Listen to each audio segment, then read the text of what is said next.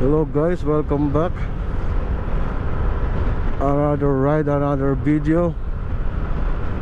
Ngayon po ay pupunta po tayo sa San Teodoro kay Kuya Kaloy. Magme-merienda po tayo.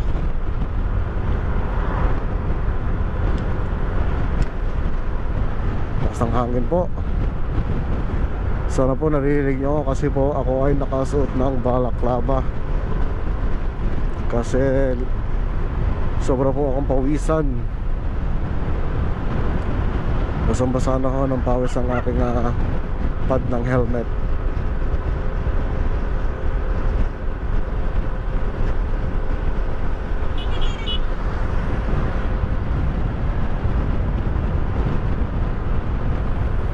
Dito po sa kurbatang ito, ingat po tayo kasi marami na pong na-aksidente dito.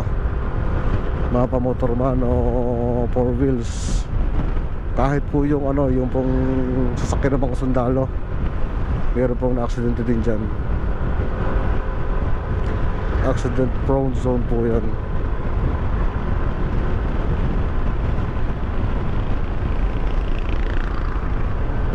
Kaya pa yung nakatsinelas.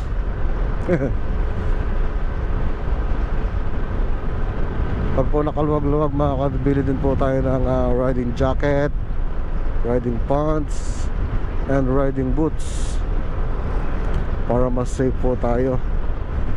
Ngayon po kasi wala pa tayong budget.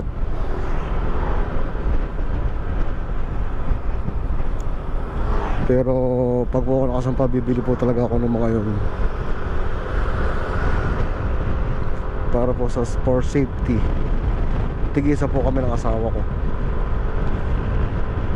In case na gusto niya sumama sa mga long ride, meron siya. Safe din siya.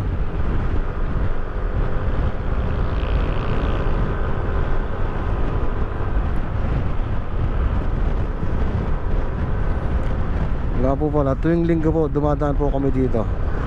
Kasi ang church po namin ay nasa Dulangan Dos Baco. So every Sunday dumadaan po kami dito.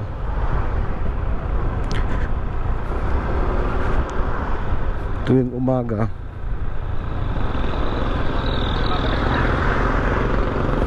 Layo po ng church namin, no?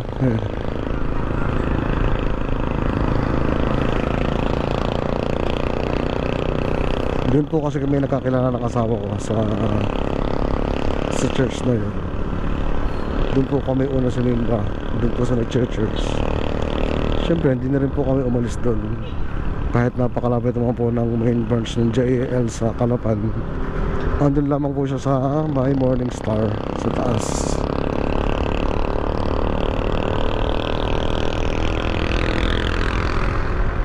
Sakop na po siya ng Bulusan, pero mas madali po yung access sa Nakoko.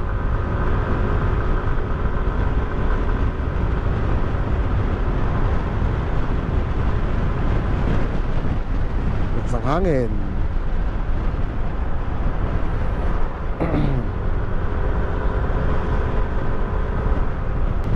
Nga po pala kanina, pinaayos ko po yung organizer nung lagay ng mga manual, ng mga ORCR dun sa may Camille.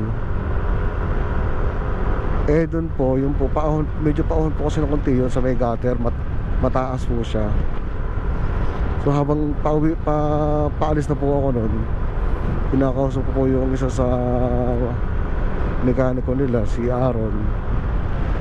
So tinanong ko sa kanya kung magkano pa-lowered, kasi po nga po natataasan ako dito. So sila matapos sa pag-usap namin, sabi ko, sige pre, alis na ako. Pagtungtong ng kanan pa ako dun sa mataas, hindi ko po naabot. So nangyari, nagdagasa po ako, natumba po. Ayun po, na awang-awa po ako sa motor ko. Meron na po siyang gas-gas. Kakaawa naman. Nakakapanghinayang kasi wala pang isang buwan, may gas-gas na siya. Oo, meron sa tuhod pero okay lang, gumagaling naman to, nawawala naman. Kasi itong kanyang fairing sa unahan, may gas-gas po siya. Naghanap po ako sa Shopee ng fairings, meron naman po ako nakita. Pero naisip ko po, itry ko po muna siyang lagyan ng sticker Yung pong mga nabibili sa Shopee ng mga design na parang kinalmot, ganun. Lalagyan ko po siya dito. Tapos titurnahan ko po siya sa kabila ng 3 pares na ganun. Kapag hindi po siya bagay, tatanggalin ko na lang. O kaya bili na lang po ng bagong pairings. Nangihinayang po talaga ako kanina. Parang ako malumbay sa pangyayari. Hinayang po ako kasi nga po kabago-bago. Yun naman pong isa kong motor, yung pong MIUI 125. May bangas din po yun, pero hindi po ako yung may kagagawan. Yun pong pamangkin ko. Ano po kasi noon, kasal po nung kapatid kong babae. So nung gabi po, nung baysanan, maraming tao, inuman, ganyan. Hiniram po nung pamangkin ko, may bibilhin daw po sila. Marunong naman daw po yung kanyang tropa at may lisensya. Pagbalik bangas na, ang dami ng bagas, tapos hindi natuwid yung manabela. Tingin ko doon, pinagpraktisan niya, nagpractice siya, gusto niya matuto. Hanggang ngayon bangas pa rin po. Hindi ko na po in-order ng pairings kasi dati naman po wala akong talagang kahilig sa motor. Natatawa nga po sa kanyang asawa ko, sabi niya, ba't biglang nahilig ka sa NOx? Ayaw mo dati niyan. Sabi mo, ang laki, ganyan, di bagay sa'yo kasi malapad.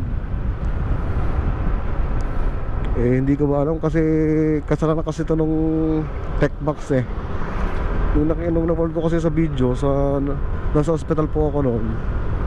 So nakita ko po sa YouTube, TechBox daw po turbo. Pinanood ko. So parang nagandahan ako kasi meron po sa shifter dito. So lagi ko na po pinanood hanggang sa makalabas po ako ng ospital.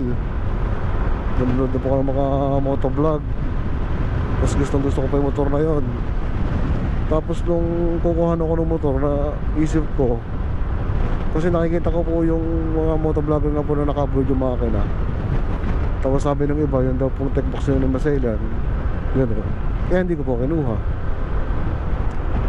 Kaya ito na lang po yung kinuha ko. Yung standard version lang po, conventional CVT.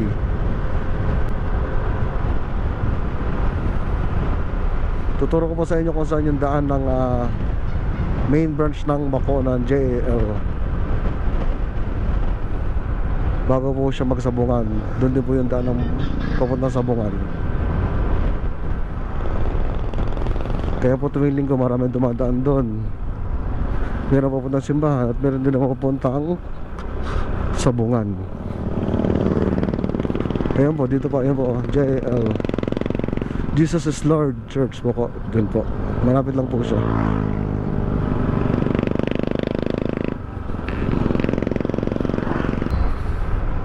Dun nga po pala sa likod nitong 7-Eleven dun. Dun po, papasok po dyan.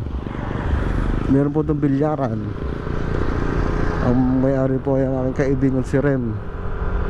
Shoutout sa'yo, Rem. Ang yaman mo na, baka naman. Joke lang.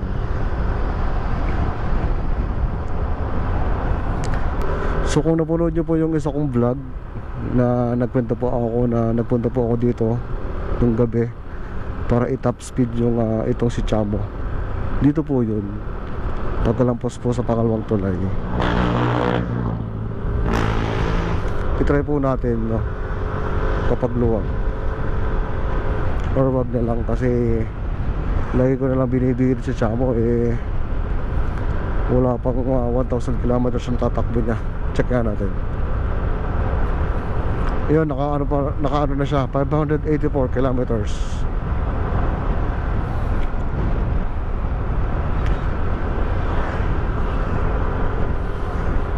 So after 1K, change oil, and every 1K kilometer change oil para maganda ang takbo ng ating makina. Hindi natin pa matatagalin ng mga 1.5 or 2K, maliban lang kung makakalimutan. Pero as long as tanda natin, every 1K papachange oil po natin si Chamo. At yung gear oil naman po, napanood ko pa sa mga vlog, pwede pong alternate. Kunwari papachange po ako ngayon, hindi po ako papa-gear oil, change ng gear oil. Susunod na sa 2,000 km niya, papalit ako ng gear oil. Ito na po yung unang tulay.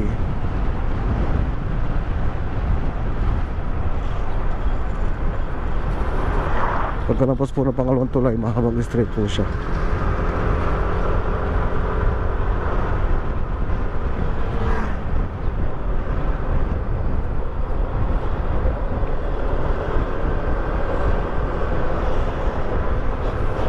Ang ilog oh.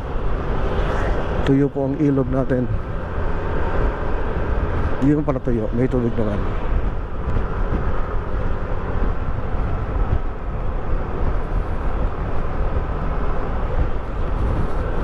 Bali yung pagkakain po pala tayo kay Mang Kuya Kaloy sa pabalik na. Lalampas tayo na konti sa San Isidoro, baka sa poblasyon, tapos babalik na po tayo. Pagbalik na tsaka po tayo kakain kay Kuya Kaloy. Magpapagutom po muna tayo. Ang dami ko po kasing ininom na tubig. Iwas heat stroke. Kaya busog na busog pa.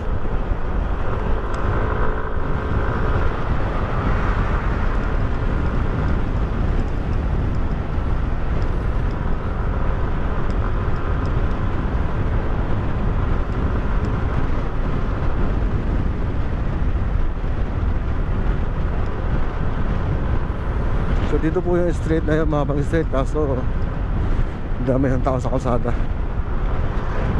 Huwag na po natin isubok i-top speed.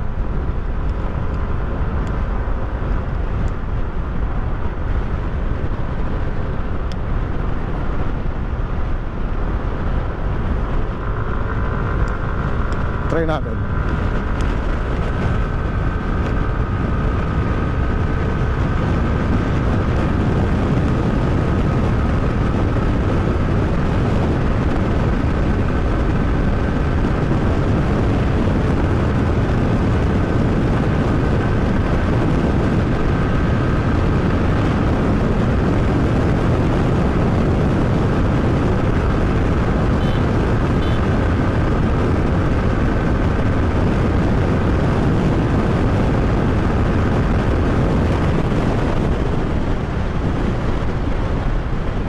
So 116. Lakas po kasi ng hangin. So yun po, hanggang 116 lang yata po siya. Hindi ko po natinginan kung hanggang doon lang po ba, kasi nakatingin po ako sa, syempre po sa kalsada. Hindi ko po alam kung umangat siya sa 116. Pero nung gabi po, nung gabi, nung tinanay ko siya, hanggang 117 po siya. Dito na po tayo sa Zigzag Road.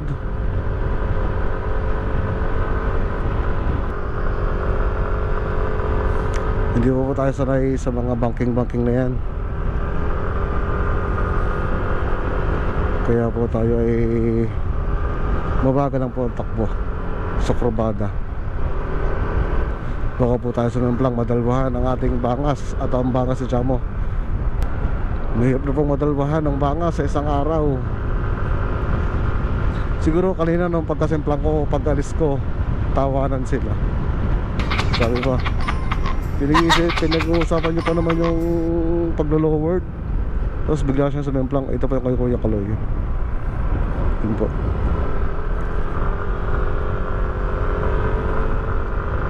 Kuya Kaloy, meron po dyan karning kambing, karning baka araw-araw.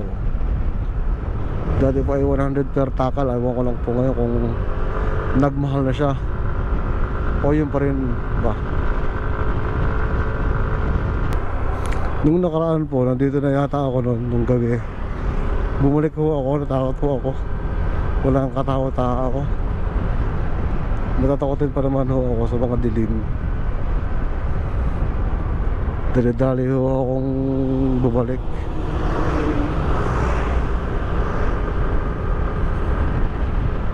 Hindi na po ako umabot dito sa Lumang Bayan.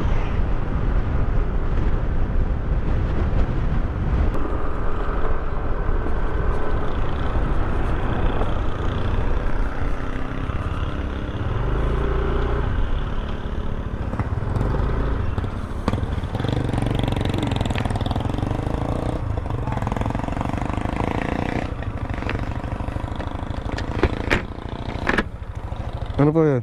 5516. Ah, Ay, akala mo ko ano? sorry, akala ko may ano. Papatayan ako. Ay, subukan ako pagbalik. Diyan lang naman ho ako, taga Kalapan ho ako. Ah, Sige po, sige, sige. salamat po.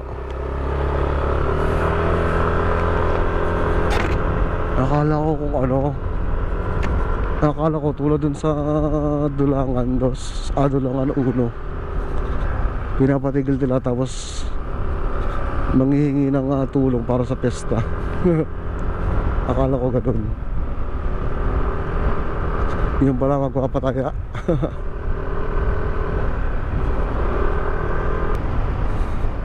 Hanggang ano lang tayo, hanggang poblasyon ng San Teodoro, tapos babalik na po tayo.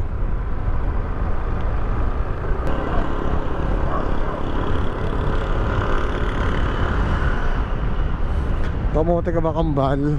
Kuya Labmak, alam mo ng double yellow lane, naka-overtake ka. Kamote ka ba? Ha?